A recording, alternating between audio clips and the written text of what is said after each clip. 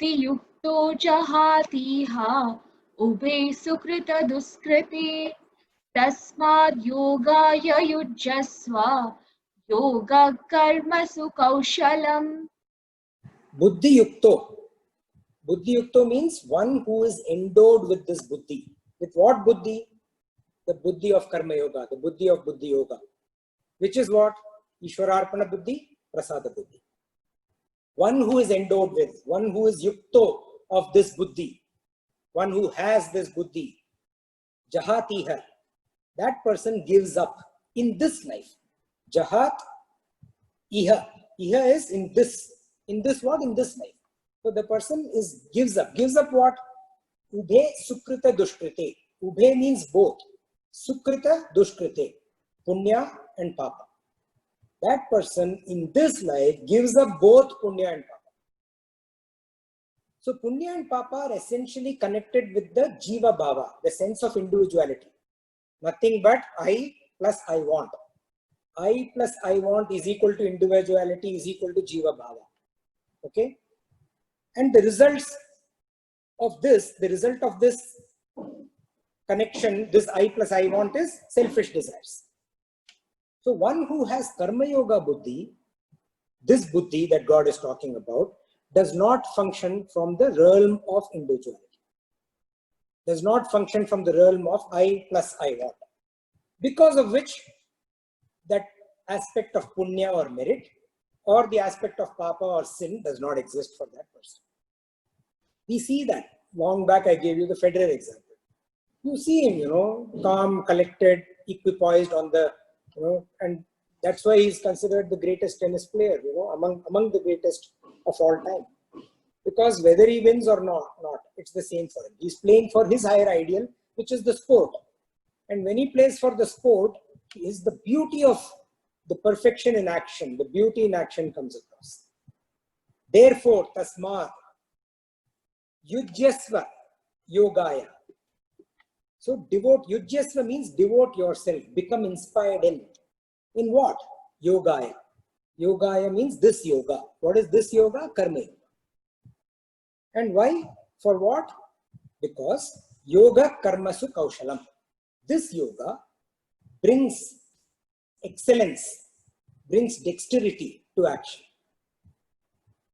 One of the most beautiful verses, when yoga joins with karma, then it changes the texture of action completely.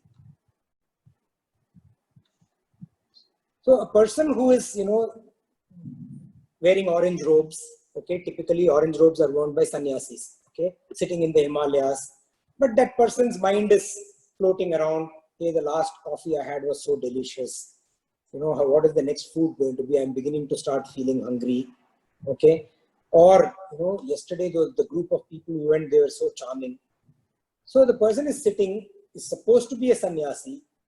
The duty of that person is something else, but the person is doing something else. All over, Bhaushaka, the mind is wandering. And there's another person who's a cobbler sitting in the busiest, junction in Bangalore. And there he's looking at his shoe, completely focused, doing an impeccable job of, of stitching the shoe up. Among these two, the cobbler is a better at yoga, is a better yogi, or is a true yogi compared to the person in orange robe. So this monk and his disciple were walking from one ashram to the other. Okay. And the guru, the monk, was giving sermons along the way. And on the path, there was this river that they had to cross. As they were crossing the river, they heard some screams. And they turned around and saw this young girl who was kind of, fighting with the current, against the current, and trying her best to not get washed away. She was struggling and she was quite desperate. And the other people who were there, they were also desperately watching. No one knew what to do, how to do. Obviously, everyone wanted to save her, but nobody knew what to do. The disciple immediately ran to the girl.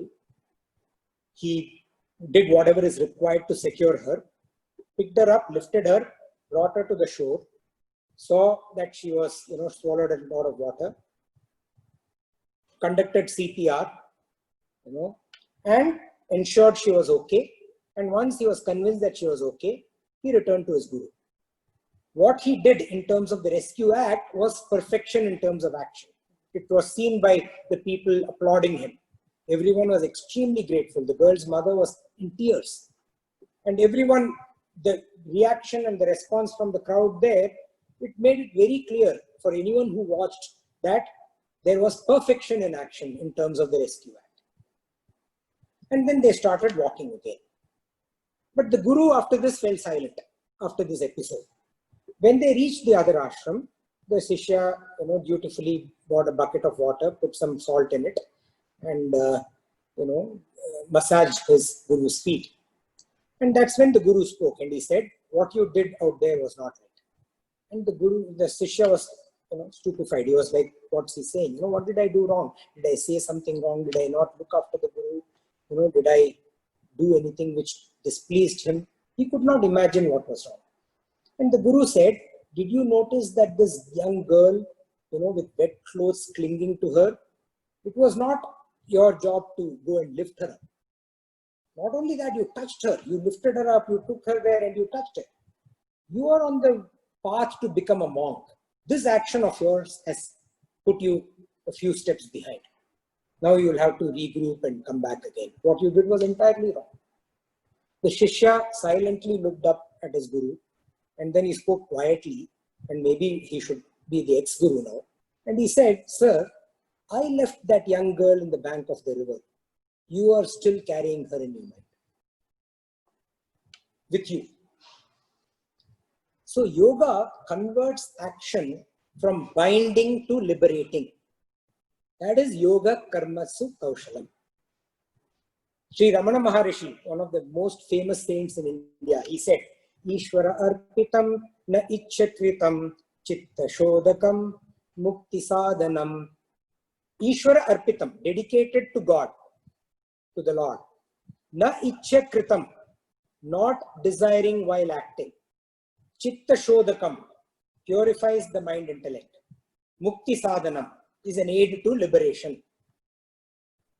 So today we saw two brilliant definitions of yoga by Sri Vedavyasa. The first one is samatvam yoga uchyate, evenness of the mind intellect, equipoise in the mind intellect is yoga. And the second definition is yoga karmasu kaushalam, dexterity in action, excellence in action is yoga.